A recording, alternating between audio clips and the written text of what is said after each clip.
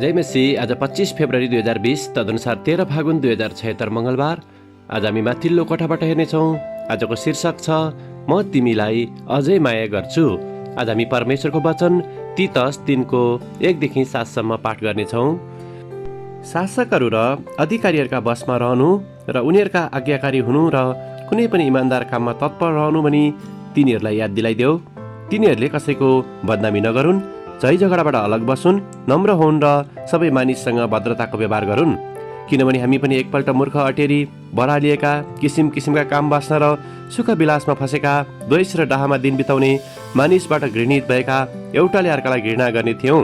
तर जब परमेश्वर हाम्रा मुक्तिदाताको भलाइ र प्रेम प्रकट भयो, तब हामी आफैले धार्मिकतामा गरेका कामबाट होइन, तर उहाँको आफ्नै कृपा अनुसार पुनर्जीवनको स्नानद्वारा र पवित्र आत्माद्वारा भएको नवीकरणबाट उहाँले हामीलाई मुक्ति दिनुभयो, जो उहाँले हाम्रा मुक्तिदाता येशू ख्रीष्टद्वारा हामीमाथि प्रशस्त गरी खनाउनु भयो, ताकि उहाँको अनुग्रहले धर्मी ठहरिएर हामी अनन्त जीवनको आशा राख्ने उत्तराधिकारी बन्न सकौँ। आमेन। प्रेम यसैमा छ कि हामीले परमेश्वरलाई प्रेम गरेका होइनौँ, तर उहाँले हामीलाई प्रेम गर्नुभयो र हाम्रा पापको प्रायश्चित हुनका निम्ति आफ्ना पुत्र पठाउनुभयो। पहिलो यूहन्ना 4:10लाई लेखिका यहाँ जोड दिनुहुन्छ अनि लेखिका आफ्नो अनुभवलाई यहाँ यसरी वर्णन गर्नुहुन्छ। म अबदेखि तपाईँलाई माया गर्दिनँ हजुरआमा भनेर मेरो 4 वर्षीय नाति टिमले मलाई आफ्नो हात बाँधेर रिसाएर आँखा तर्दै भन्यो, किनभने मैले उसलाई केही कुरामा गाली गरेकी थिएँ। ओहो, तर म तिमीलाई अझै पनि माया गर्छु, मैले उसलाई जवाफ दिएँ र म सधैँ माया गर्नेछु। तर पनि ऊ झनै रिसाउँदै फनक्क फर्केर कतै गयो। तर केही बेरमा नै ऊ आफ्नो ठुलो मुस्कानको साथ फर्कियो र मसँग माफी माग्यो। साँच्चै नै मैले उसलाई सधैँ माया गर्ने गर्दथेँ। ऊ कहिलेकाहीँ त्यसरी टाढा त हुन्थ्यो, तर हामी सधैँ नै हाम्रा बालबालिकाहरूको निम्ति प्रार्थना गर्दछौँ र उनीहरूलाई हाम्रो हृदयबाट कहिले निकाल्दैनौँ र उनीहरूलाई कहिले प्रेम गर्न पनि छोड्दैनौँ। येशू ख्रीष्टद्वारा म परमेश्वरको सन्तान भएकी छु।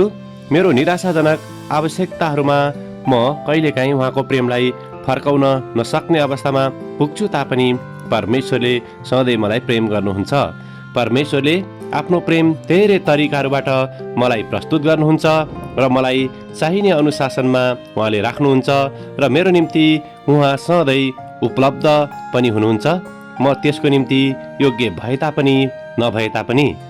आज दिएको वचनको 5 पदले पनि यो निश्चित गर्दछ कि परमेश्वरले आफ्नो महान करुणाद्वारा हाम्रो निम्ति पहिलो कदम चाल्नुभयो र पवित्र आत्माद्वारा हाम्रा हृदयहरूलाई नयाँ तुल्याउनु भयो, ताकि हामीले अनन्त जीवनको आशा पाउन सकौँ। आमेन। आजको विचार, मैले कल्पना गरे भन्दा बढी परमेश्वरले मलाई प्रेम गर्नुहुन्छ। प्रार्थना। पिता परमेश्वर, आज तपाईँको अनन्त प्रेममा विश्राम लिन र तपाईँको प्रेमिलो अनुशासनमा समर्पित हुन हामीलाई सहायता गर्नुहोस् र सबैलाई हामी दया देखाउन सक्ने हुन सकौँ। येशूको नाउँमा आमेन।